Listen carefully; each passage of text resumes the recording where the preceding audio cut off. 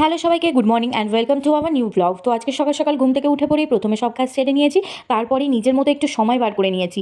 আর এই যে এত কিছু জিনিস দেখতে পাচ্ছ, আজকে বানাবো একটা হেয়ার প্যাক। তো এটা ওভেনে করলে সবচেয়ে ভালো হতো, যেহেতু আমার হাতে টাইম কম ছিল তো আমি ইলেকট্রিক কেটলে ওটাতেই বসিয়ে দিয়েছি। পরিমাণ মতো জল নিয়ে নিয়েছি, আর আমার যেহেতু শর্ট হেয়ার তাই 2 চামচ ফ্ল্যাক্স সিডস নিয়েছি। তোমরা তোমাদের হেয়ার হিসাবে ফ্ল্যাক্স সিডস নিতে পারো। তারপরে বসিয়ে দেওয়ার কিছুক্ষণ পরে এরকম ফুটে উঠবে, ভালোভাবে ঘন হয়ে এলে বুঝতে পারবে তোমরা, তখনই নামিয়ে নেবে। এই জেলটাকে ভালোভাবে বার করে নেবে। এটাতে ঝাঁকুনিতে না হলে তোমরা কাপড় দিয়ে ভালো করে নিংড়ে বার করতে পারো। তারপরে দেখো এতটা পরিমাণে জেল বেরিয়েছে। এর সঙ্গে কিছু অ্যাড করতে হবে। তো আমি প্রথমে অ্যাড করে নিয়েছিলাম ইভিয়ন 400 যে ক্যাপসুলটা হয়, সেটা স্কিনে অ্যাপ্লাই করা যায় বা খাওয়াও যায়, আর এটা হেয়ারেও অ্যাপ্লাই করা যায়। তো আমি নিয়েছিলাম।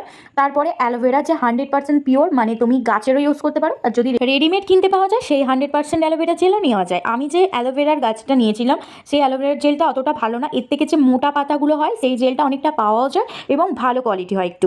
তো তারপরে ভালোভাবে মিশিয়ে নেবে। আমি আগের দিনকে শ্যাম্পু করে রেখেছিলাম, তোমরা চাইলে আগের দিন শ্যাম্পু করে নিতে পারো, যাতে হেয়ারে অ্যান্ড স্ক্যাল্পে কোনো রকম অয়েল বা নোংরা না থাকে। তারপরে এই প্যাকটা অ্যাপ্লাই করা ভালো।